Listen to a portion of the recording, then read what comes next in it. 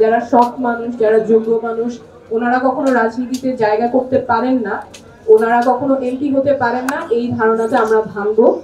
যারা আসলেই যোগ্য মানুষ, যারা আসলেই যোগ্য এবং সৎ এবং জনপ্রতিনিধি হিসেবে কাজ করতে পারবে, তাদেরকে আমরা জাতীয় নাগরিক পার্টি থেকে সংসদে পাঠাতে চাই। সেই জন্য আমরা আমাদের মনোনয়ন আবেদন ফর্ম উন্মুক্ত করে দিয়েছিলাম।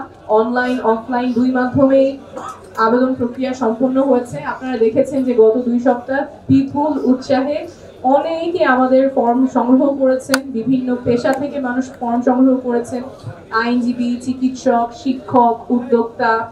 আমরা দেখেছি আমাদের অফিসে আপনারা সাংবাদিক বন্ধুরা আপনারাই কভার করেছেন যে অনেক উৎসাহ উদ্দীপনার মাঝে মানুষজন আমাদের মনোনয়ন আবেদন ফর্ম সংগ্রহ করেছেন। এমন মানুষ এসেছেন যারা হয়তো আগে কখনো চিন্তা করেননি রাজনীতিতে তাদের জায়গা হবে, রাজনীতি প্রক্রিয়া দ্বারা সংযুক্ত হতে পারবে, এমন অনেকেই আমাদের এই প্রক্রিয়ায় সংযুক্ত হয়েছে। দেশব্যাপী একটা বিপুল উৎসাহ উদ্দীপনা তৈরি হয়েছে।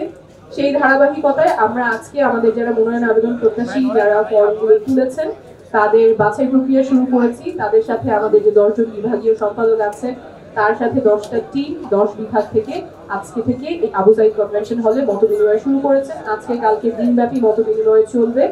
আমরা চাই একটা স্বচ্ছ প্রক্রিয়ার মাধ্যমে আমাদের ফাইনাল যে মনোনয়ন তালিকাটা হবে সেটা একটা স্বচ্ছ প্রক্রিয়ার মাধ্যমে হবে। মনোনয়ন আবেদন ফর্ম উন্মুক্ত ছিল। আমরা 1484 প্রায় 1000-এর কাছাকাছি ফর্ম বিতরণ করেছি, এখনো অনেকে করতে চাচ্ছে। আমরা সবার সাথেই কথা বলবো, সবার সাথেই একটা স্বচ্ছ প্রক্রিয়ার মাধ্যমে এটার ইভ্যালুয়েশন হবে।